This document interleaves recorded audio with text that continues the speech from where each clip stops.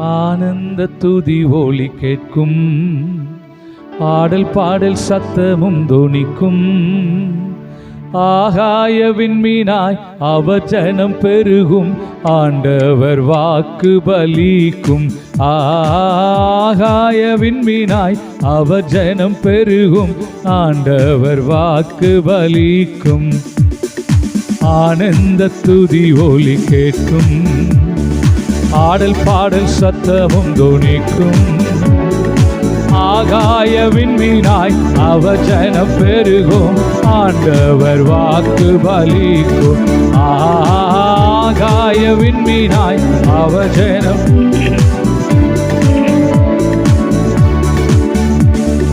மகிமைப்படுத்துவேன் என்றாரே, மகிழ்வனின் பாசம் பெரிதே. மங்காத புகழுடன் வாழ்வோம், மாட்சி பெற்றுயர்ந்திடுவோமே. குறுகிட மாட்டோ குன்றிட மாட்டோ, கரையில்லா தேவனின் வாக்கு. குறுகிட மாட்டோ குன்றிட மாட்டோ, கரையில்லா தேவனின் வாக்கு. ஆனந்த துதி ஒலி கேட்கும், ஆடல் பாடல் சத்தமும் தொனிக்கும். ஆகாய விண்மீனாய் அவர் ஜனம் பெருகும், ஆண்டவர் வாக்கு பலிக்கும். ஆகாய விண்மீனாய் ஆண்டவர் வாக்கு பலிக்கும். அல்லேலூயா. கர்த்தர் நல்லவர். ஆக வசனம் சொல்கிற இந்த மாதம் தேவன் கொடுத்த வார்த்தை, கர்த்தருக்கு பயந்தவர்களே கர்த்தரை ஸ்தோத்தரியுங்கள். கர்த்தரை நாம ஸ்தோத்தரிக்கணும், ஆண்டவரை துதிக்கணும். யார் கர்த்தரை துதிப்பது? Who can praise the Lord? Who can worship the Lord? யார் தேவனை துதிக்கலாம்? யார் தேவனை ஆராதிக்கலாம்? எல்லாரும் தேவனை துதிக்கலாம், எல்லாரும் தேவனை ஆராதிக்கலாம். of course எல்லாரும் தேவனை துதிக்கலாம், எல்லாரும் கர்த்தரை மகிமைப்படுத்தலாம். போன வாரம் இதெல்லாம் நம்ம தியானிச்சோம்.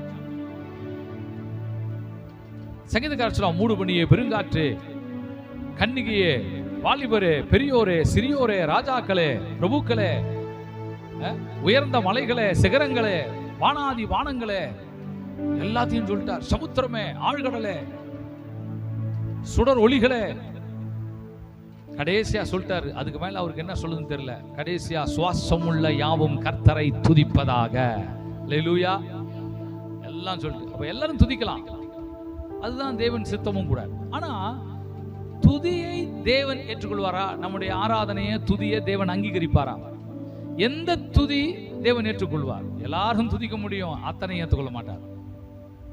அத்தனையும் தேவன் ஏற்றுக்கொள்வதில்லை, அவர் எல்லாவற்றையும் ஏற்றுக்கொள்வதில்லை.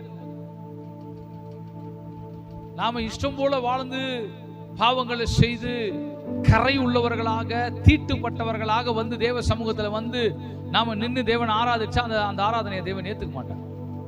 ஒருவேளை வெண்வஸ்திரம் போட்டிருக்கலாம், ஒருவேளை கையில பைபிள் வச்சிருக்கலாம், ஒருவேளை ஒரு ஆவிக்குரிய சபைன்னு சொல்லிக்கிடலாம். ஆனா நம்ம மனம் போன போக்கில போயிட்டு என்ன காரியத்தையும் பண்ணிட்டு, சத்தியத்தை எல்லாம் மீறி, வார்த்தைகளை எல்லாம் மீறி, அந்த வாரத்துல பலவிதமான தேவனுக்கு பிரியம் இல்லாததெல்லாம் செய்து, கண்களினால் இச்சித்து, நாவினால் தீமை பேசி, பொய் பேசி, இவைகளை எல்லாம் செய்து ஒரு நல்லவனை போல தேவ சமூகத்தில் உட்கார்ந்து ஆண்டவரே துதிக்கிறேன், இயேசுவே துதிக்கிறேன்னா அந்த துதியை, அந்த பாடலை, அந்த கீதத்தை, அந்த சத்தத்தை தேவன் கேட்க மாட்டார். Stop stop stop stop stop stop stop stop stop, பாடாத நிறுத்து நிறுத்து, சோதனை பண்ணாத நிறுத்து, ஒப்பாரியா இருக்கு எனக்கு, அருவருப்பா இருக்கு, நிறுத்தினுவார். பாடாத, துதிக்காத, ஸ்தோத்திரம் பண்ணாத, அருவருப்பா இருக்கு. அப்ப யார் தேவனை துதிக்க முடியும்? எந்த துதியை தேவன் ஏற்றுக்கொள்வார்? வேதம் சொல்லுது, இஸ்ரவேலின் துதிகளுக்குள் வாசம் பண்ணுவாராம். அவர் பரிசுத்தர். இயேசுவை ஏற்றுக்கொண்டு இரத்தத்தால் கழுவப்பட்டவன் தேவனை துதிக்கும் போது அந்த துதியை தேவன் ஏற்றுக்கொள்வார். இரத்தத்தால் கழுவப்பட்டிருக்கணும். இயேசுவின் இரத்தத்தால் கழுவப்பட்டு இயேசுவை ஆராதிக்கிறவனாய், இயேசுவை ஏற்றுக்கொண்டவனாய் இருந்தா அந்த துதி தேவன் அங்கீகரிப்பார். He only deserved to praise and worship the Lord. அவன்தான் தேவனை துதிப்பதற்கான தகுதியை பெறுகிறான். The man who was cleansed by the blood of the lamb, blood of Lord Jesus Christ, இயேசு கிறிஸ்துவின் இரத்தத்தால் எவன் ஒருவன் கழுவப்பட்டு மீட்கப்பட்ட பிள்ளையாய் இருக்கிறானோ அவன்தான் தேவனை துதிக்கும் தகுதியை, ஸ்லாக்கியத்தை பெறுகிறான். ஆமென். அந்த துதியை தேவன் ஏற்றுக்கொள்ளுகிறார். அந்த துதியில துதிப்பதனால உண்டாகிற ஆசீர்வாதத்தை பத்தி சொன்னேன். துதிப்பதனால உண்டாகிற ஆசீர்வாதங்கள் 7 விதமான ஆசீர்வாதங்கள். 1, நாம் துதிப்பதினால் கிருபை உண்டாகும். 2, நாம் துதிப்பதினால் அவர் நம் நடுவில் வாசம் பண்ணுவார். 3, நாம் துதிப்பதினால் தடைகள் உடையும். 4, நாம் துதிப்பதினால் உனக்கு ஜெயம் கிடைக்கும். 5, நாம் துதிப்பதினால் நமக்கு ரட்சிப்பு உண்டாகும்.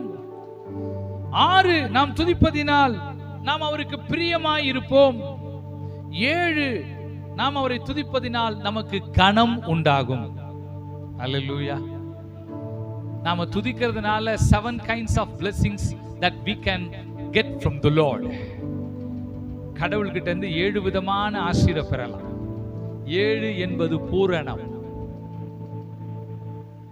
7 என்பது 7வது நாள் தேவன் ஆசீர்வதித்தார். அதனால தான் இந்த 7வது மாதத்துல நாம துதிகளை ஏறெடுக்கிறோம். 7 நாள் ஏறெடுக்கிறோம். 7வது நாள்ல 7 மணி நேரம் காத்திருந்து ஏறெடுக்கிறோம். 7000 பலிகளை நம்ம செலுத்துறோம், ஸ்தோத்திர பலிகளை. அப்ப இந்த 7 ஆசீர்வாதங்கள், முதல் ஆசீர்வாதத்தை நம்ம பார்த்தோம். முதல் ஆசீர்வாதம் துதிப்பதனால கிருபை. வேதம் சொல்லி இருக்கிறது 1 கொரிந்தியர் 4ஆம் அதிகாரம் 15ஆம் வசனத்துல, 2 கொரிந்தியர் 4ஆம் அதிகாரம் 15ஆம் வசனத்துல அநேகருடைய கிருபை ஸ்தோத்திரங்களினால கிருபை பெருகும். அப்ப நிறைய ஸ்தோத்திரம் நிறைய பேர் சேர்ந்து நம்ம செய்யும் போது அந்த கிருபை பெருகும். கிருபையை சீக்கிரம் வாங்க முடியாது. ஆனா ஒரு ஆப்ஷன் தேவன் வச்சிருக்கிறார். என்ன? நம்மெல்லாம் சேர்ந்து அவரை துதிக்கும் போது நமக்கு கிருபை. அநேகருடைய ஸ்தோத்திரங்களினாலே கிருபை. அப்ப அநேகராக நம்ம எப்போ வருவோம்? சபையா வருவோம். சபையா வரும்போது தான் அநேகரா சேருவோம். அநேகருடைய ஸ்தோத்திரங்களினால அப்ப என்ன உண்டாகுது? கிருபை. அப்ப துதியினுடைய முதல் ஆசீர்வாதம் கிருபை. நாம இருப்பது கிருபை, அழியாம இருப்பது கிருபை, வாழ்வது கிருபை, நீதிமானானது கிருபை, அழைக்கப்பட்டது கிருபை, கழுவப்பட்டது கிருபை, உயர்த்தப்பட்டது கிருபை, காப்பாற்றப்படுகிறது கிருபை, தாங்குவது கிருபை, எல்லாம் கிருபைக்குள்ளதான் இருக்கு. The first and amazing blessing, முதலாவதும் ஆச்சரியமான மகத்துவமான ஒரு ஆசீர்வாதம் கிருபை. அப்ப இதை எப்படி பெற முடியும்னா துதிக்க துதிக்க ஸ்தோத்திரம் பண்ண. கர்த்தாவே ஸ்தோத்திரம் ஸ்தோத்திரம் ஸ்தோத்திரம்னு சொன்னோமே, ஆண்டவரே சங்கீதங்களால் பாடி அவரை மையப்படுத்தணுமே, அப்போ கிருபை நம்ம மேல வந்து இறங்க. இந்த கிருபையை எவன் பெறுகிறானோ அவனுக்கு மனுஷருடைய கண்களையும் கிருபை கிடைக்க செய்வார். தெய்வத்தின் கிருபையை பெறுகிறவன் மனித கண்களிலே கிருபையை பெற தேவனே உதவி செய்கிறார். அல்லேலூயா. முதல் குறிப்பு இது. இரண்டாவது, இன்னைக்கு நம்ம என்ன பார்க்கிறோம்னா, he shall dwell in the midst of you, அவர் உன் நடுவில் வாசம் பண்ணுவார். உன் நடுவில் வாசம். இது இரண்டாவது குறிப்பு. உன் நடுவில் வாசம் பண்ணுவார். சங்கீதம் 22 வசனம் 3 சொல்லுகிறது. சங்கீதம் 22 வசனம் 3 சொல்லுகிறது, இஸ்ரவேலின் துதிகளுக்குள் வாசம் பண்ணுகிறவர் பரிசுத்தர். அவர் dwell, he will dwell. அவர் உன் நடுவிலே வாசம் பண்ணுவார். ஏசாயா 12:6 சொல்லுகிறது, உன் நடுவில் இருக்கிற கர்த்தர் பரிசுத்தர். உன் நடுவில் இருக்கிற கர்த்தர் பெரியவர். உன் நடுவில். அப்ப எப்போ அவர் நம்ம மத்தியில வந்து வாசம் பண்ணுவார்னா, நாம் அவரை துதிக்கும் போது நம் நடுவில் வாசம் பண்ணுவார். நாம் அவரை துதிக்கும் போது நம் நடுவில் என்ன பண்ணுவாரு? ஆமா, அவர் வாசம் பண்ணுவார். நாம துதிக்கும் போது அவர் நம் நடுவில் என்ன பண்ணுவாரு? வாசம் பண்ணுவார். வசனம் சொல்லி இருக்கு, இஸ்ரவேலின் துதிகளுக்குள் வாசம் பண்ணும் தெய்வம் பரிசுத்தர். அப்ப நாம துதிக்கும் போது அவர் நம்ம நடுவில் என்ன பண்ணுவாரு? வாசம் பண்ணுவார். எத்தனை பேர் சந்தோஷமா இருக்கிறீங்களா? Let me tell that it is a great joy. I can say that it is a great joy because the God dwells among us. The God dwells in the midst of us. Whenever we praise and worship the Lord, the God dwells and moves in the midst of us.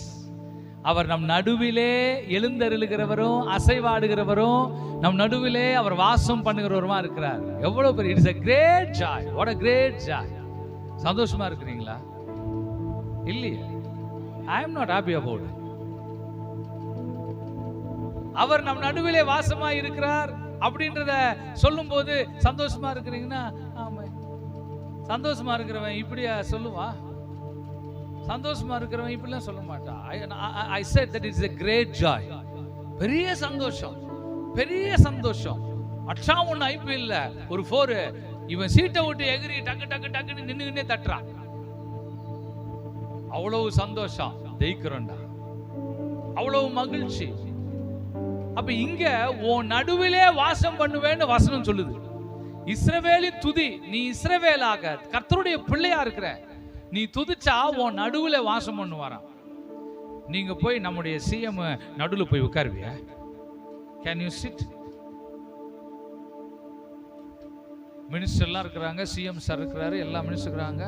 நேராக போயிட்டு, sir நான் மலால் நத்தத்துலேருந்து வந்திருக்கிறேன், நான் நேரு நகர்லேருந்து வந்திருக்கிறேன், நான் செங்கல்பட்டுலேருந்து வந்திருக்கிறேன் அப்படின்னு நேராக போயிட்டு அங்கே இருக்கிற செக்யூரிட்டிலாம் தாண்டா விடுவானா? உன்னை யாரையா நீ? Who are you? உனக்கு என்ன பிரச்சனை? என்ன பண்ணுவான் செக்யூரிட்டி? யாரும் விடமாட்டா. சொல்லி அன்பா சொல்லிடுவான், உள்ளெல்லாம் போகக்கூடாது, அனுமதி கிடையாது, வெளியே போயிருந்துவான். இல்லை நான் அவர் பார்த்தே ஆகணும், நான் ஓட்டு போட்டிருக்கேன், நான் உட்காரணும், நான் போகணும், நான் வரணும் அப்படின்னு ஏதாவது பண்ணேன்னா அதுக்கப்புறம் நீ எங்கே இருப்பேன்னு உனக்கே தெரியும். செக்யூரிட்டி ஆஃபீஸர்ஸ் உன்னை என்ன பண்ணுவாங்கன்னு தெரியும். ஸ்க்ரீன் போட்டு உன்னை மறைச்சிருவாங்க. அதுக்கப்புறம் நீ எந்த ஆஸ்பத்திரியில் இருப்பேன்னு கண்டுபிடிக்கிறதே கஷ்டம்தான். உண்மைதான், நம்ம ஓடு போட்டவர் தான். ஆனால் அவர் இன்னைக்கு ஒரு பெரிய அதிகாரத்தில் வந்துட்டார். அவர் போய் நினச்ச நேரம் பார்க்க முடியாது, அனுமதி கிடையாது. there is a protocol, ஒரு சட்ட வழிமுறைகள் இருக்கிறது. அந்த வழிமுறைப்படி தான் நீ மீட் பண்ண முடியும். அதுவும் ஒரு சாதாரண மனுஷன் போய் அவர் மீட் பண்ண, அவர் நினைச்சாதான் இறங்கி நம்மளை பார்க்க முடியும், நம்ம போய் அவரை பார்க்க முடியாது. நம்மை போல இருக்கிற ஒரு சக மனிதர் அவர் பணத்தினால், அந்தஸ்தினால் அல்லது அதிகாரத்தினால் ஒரு உயர்ந்த ஸ்தானத்துக்கு வந்தாச்சு. இப்ப போய் நீ அவரை பார்க்கணும்னு நினைச்சாலும் பார்க்க முடியாது. ஆனா வேதம் சொல்லுது, இவர் யார் தெரியுமா? உன் நடுவில் இருக்கிற யார் தெரியுமா? Do you know who he is? அவர் யார் உனக்கு தெரியுமா? நீ ஆராதிக்கிற தேவன் யார் தெரியுமா? இப்ப வசனம் சொல்லுத, அவர் உன் நடுவில் இருக்கிறார், அவர் பரிசுத்தர், உன் நடுவில் இருக்கிறான்னு சொன்னார. அந்த அவர் யார்? அவர் யார்? அவரை பத்தி உனக்கு என்ன தெரியும்? அவரை பத்தி உனக்கு என்ன தெரியும்? Do you have any knowledge about that God? But I will say, I will tell you, I will explain. நாம எப்பவுமே இந்த வார்த்தையை கேட்டு கேட்டு புளிச்சு போனதுனால தான் நாம சந்தோஷமே வரமாட்டேங்க. என்ன புளிச்சு போச்சு? கேட்டு கேட்டு என்ன புளிச்சு போச்சுமா? அவர் நம் நடுவில் இருக்கிறார். ஆமென். ஒரு உற்சாகமோ சந்தோஷமோ இல்ல. ஏன் தெரியுமா? நீ சரியா புரிஞ்சுக்கல. இப்போ நாம ஓட்டு போட்டு தேர்ந்தெடுத்த நம்முடைய அதிகாரிகள், நம்முடைய ராஜாக்கள், நம்முடைய சிஎம் சார், நம்முடைய மினிஸ்டர் சார், இவங்க நம்மளை ஒருவேளை சொல்லி இந்த மாதிரி சார் உங்களை பார்க்கணும்னு சொன்னாரு, நீங்க ஒரு மீட் பண்ணுங்கன்னு சொன்னா என்னென்ன பண்ணுவோம் இல்லையா? அங்க இருக்கவங்க கிட்ட, சார் சார் சார் நான் பக்கத்துல நிற்கும் போது என்ன ஒரு போட்டோ எடுத்துருங்க சார், இல்ல போனை கையில கொடுத்துட்டு ஓடுன்னு ஓடுவோம். சார் வணக்கம் சார், வணக்கம் சார், நான் ஒரு முன்னாடி இப்ப நின்று வணக்கம் போட்டு அங்கிருந்து எடியா சீக்கிரம் எடியா. ஒரு நிமிஷம் கூட அங்க நிக்கிறதுக்கு உனக்கு வாய்ப்பு இருக்குமான்னு தெரியாது. எடுக்க சொல்லி எவ்வளவு சந்தோஷப்படுவோம், எவ்வளவு. ஆனா வேதம் சொல்லுது, இஸ்ரவேலின் துதிகளுக்குள் வாசம் செய்கிறவர் பரிசுத்தர். வாசம், உன் நடுவிலே வாசம் பண்ணுகிறவர், உன் கூட வாசம் பண்ணுகிறவர். ஆனா நாம அப்படியே பேயறிஞ்ச மாதிரி உட்கார்ந்துருப்போம்.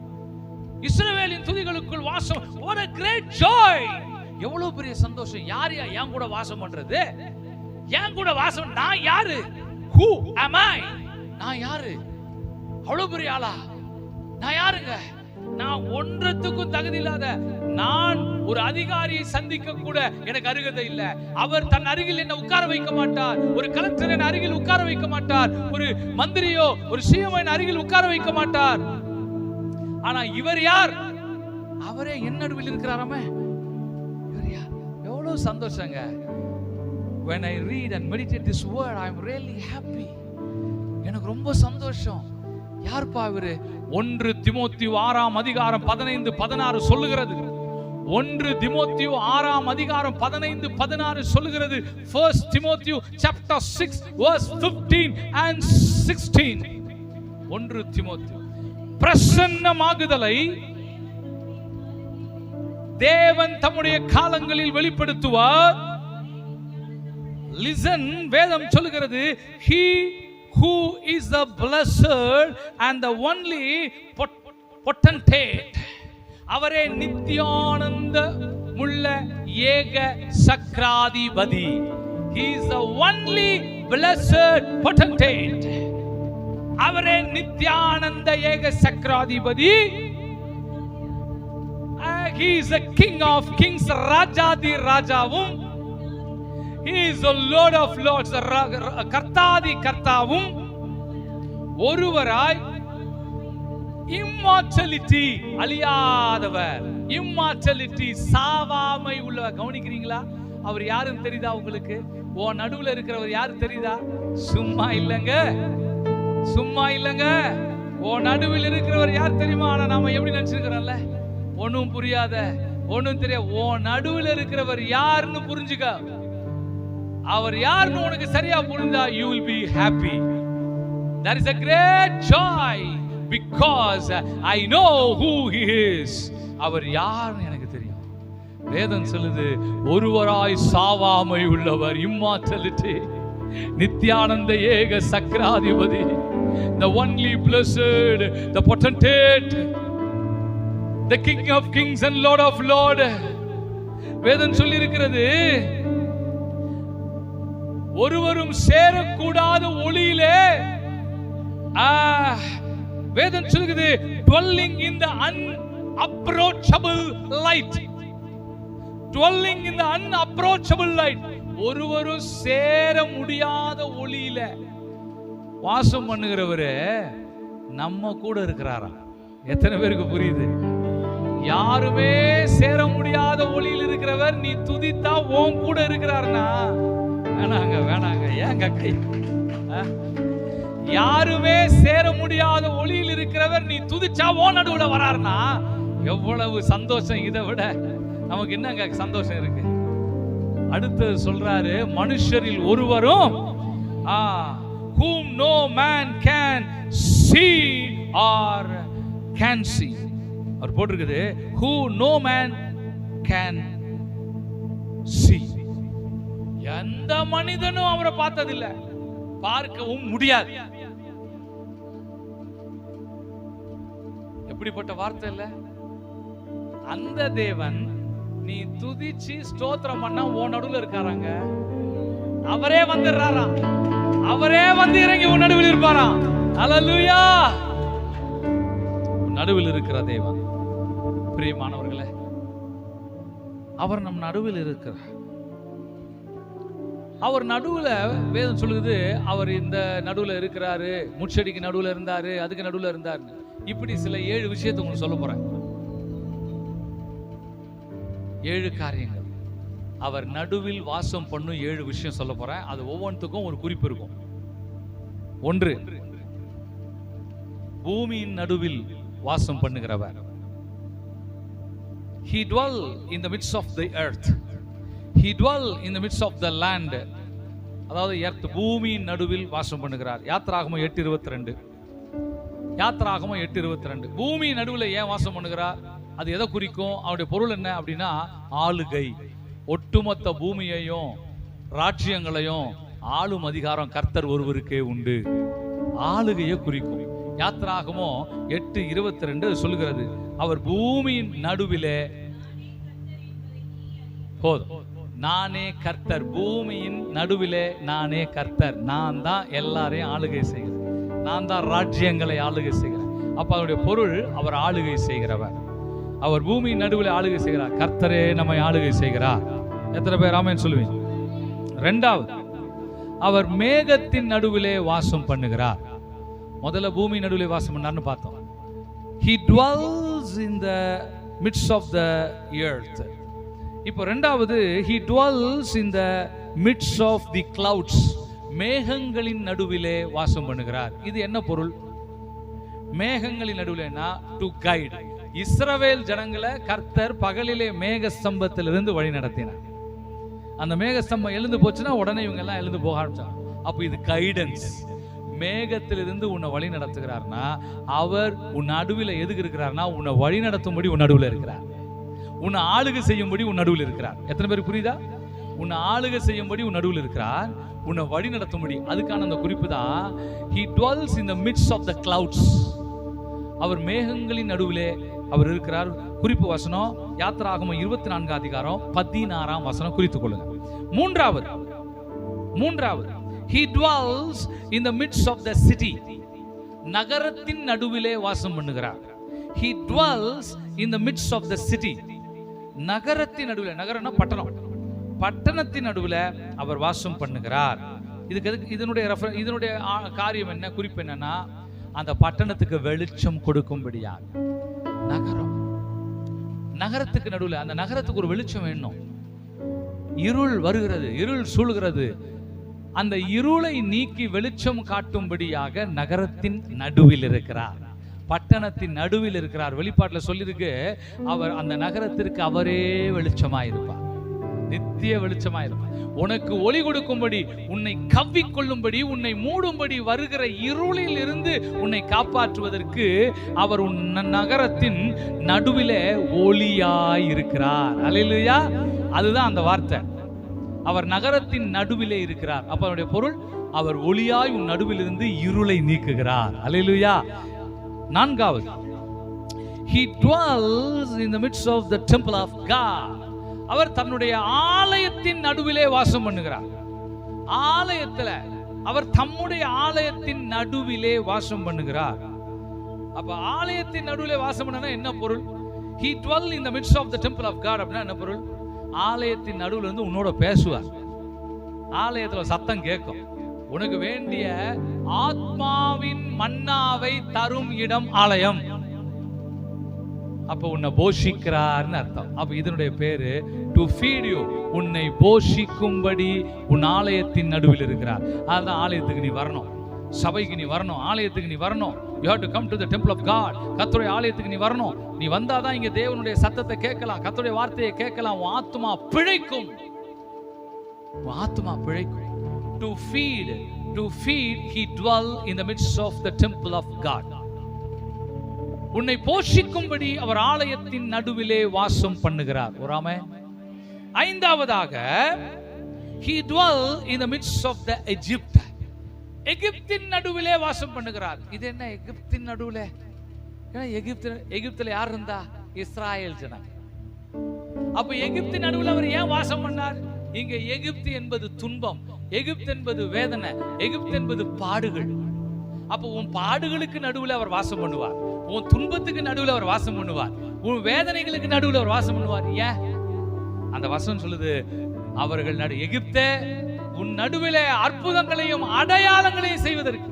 அப்போ உன் துன்பத்துக்கு நடுவில் யாருக்கு அடையாளம் வேணும், யாருக்கு அற்புதம் வேணும்?